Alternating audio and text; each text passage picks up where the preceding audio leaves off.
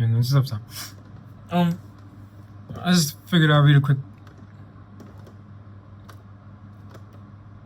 It's just here. Here's some tissue anyway. Yeah. So I figured I'd read a poem, yeah. Hello. So far in my day, I just got done on a job interview I believe in very well. Clean up the streets of the world. You must start somewhere. So, I must start somewhere on the outside. There's no outside. What I talk about. So this poem I will read is called My Vow to Practice Non-Attachment. Written by the poets. Written by the student of Buddha Shakyamuni. My vow to practice non-attachment. Now, before I get into the poem reading, what is attachment? Attachment is suffering. That's what attachment is. Attachment is craving something so much so that you can't let it go. Wanting something so much so that you're not going to let it go. And the point when you do let it go, you suffer from it. You've been so attached to it. You've been so used to having it that you cannot let it go. Attachment is an affliction. So my vow to practice diligently of non-attachment is my vow to practice diligently peace.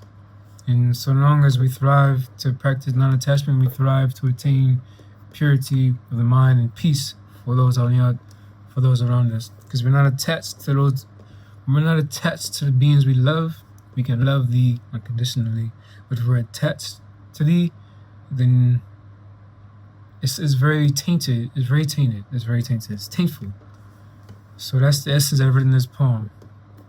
So the mind can no longer be attached, because when the mind is attached to anything, it suffers gravely or no longer has that thing.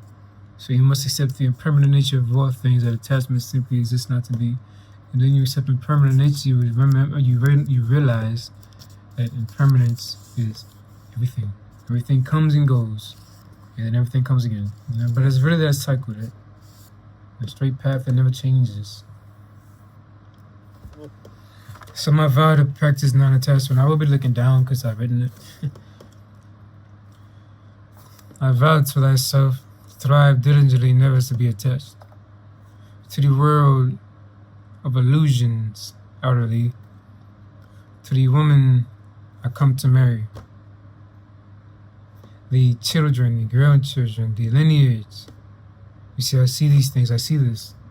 To protect myself from any ring of surprise, I meditated very diligently then, and painted graphically tales and sights of any possibilities of deception with whoever is my coming wife to be.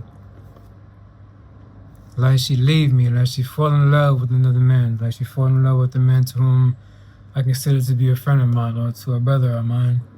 I meditated to bring peace.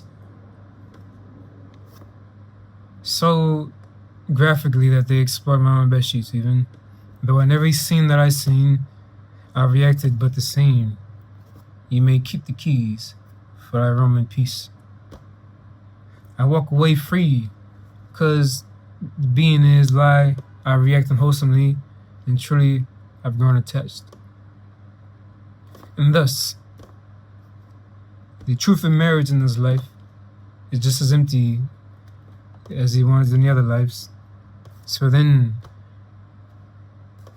I would have to, my vow to myself, to thyself, is never to become attached to the past, for the present is the only existence to choose forgiveness.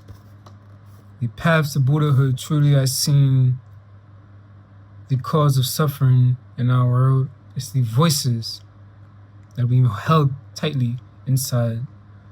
Buddha, my teacher, teaches thee, I am the student of men of peace.